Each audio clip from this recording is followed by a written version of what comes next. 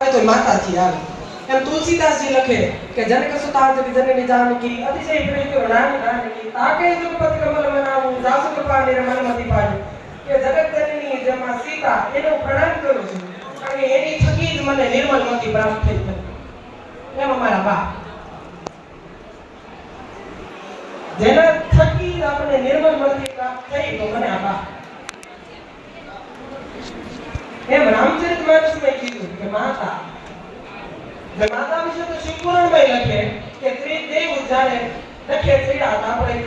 normal કથા સાંભળી હોય કે ભોળાનાથ લિંગ સ્વરૂપ પ્રગટ થયા અને બ્રહ્મા અને વિષ્ણુનો ગર્ભ ભાંગ્યો તો કીધું કે ત્રણેય દેવમાં ભોળાનાથ મોટા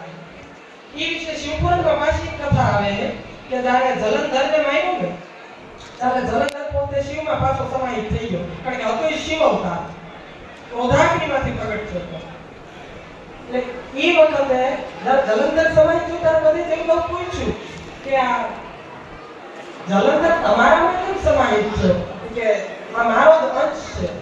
એ પછી એક નાની કથા મેકી કે ભલે આપણે ત્રિદેવ પણ આપણે ત્રણેયની જનની છે ને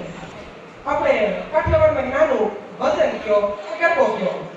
પૃથ્વી પહેલા મતાનો વાસ જુગ પહેલા જન્મી માં જોગણી ધન્ય માં જોગણી ધન્ય માં ભવાની એમ ત્રણેય દેવ પણ જન્મા માતાથી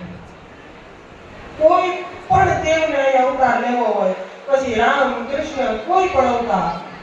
એનું એક કારણ એ કે જનનીને ખોળે રમવું હતું જનની વિશે તો કહેતા શબ્દ ફૂટે પણ એની જ રામચરિતમાં એક વાત મનુ શત્રુભાઈ કે મનુ અને શત્રુભાઈ તપ કર્યો એ રામચરિતમાં 5 કારણ જે રામ ભગવાનના અવતારમાં એમાં એક કારણ પહેલું જ કારણ મનુ અને શત્રુભાઈનું તપ એમાં શત્રુભાઈ વરદાન હતું મારે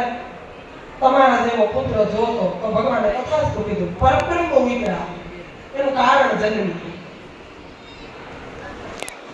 ભગવાન ઉતારે જનની જોઈ અનસુયા તેને તેઓ ખોળે ઉતારી ઋષિ ગૌતમની પત્ની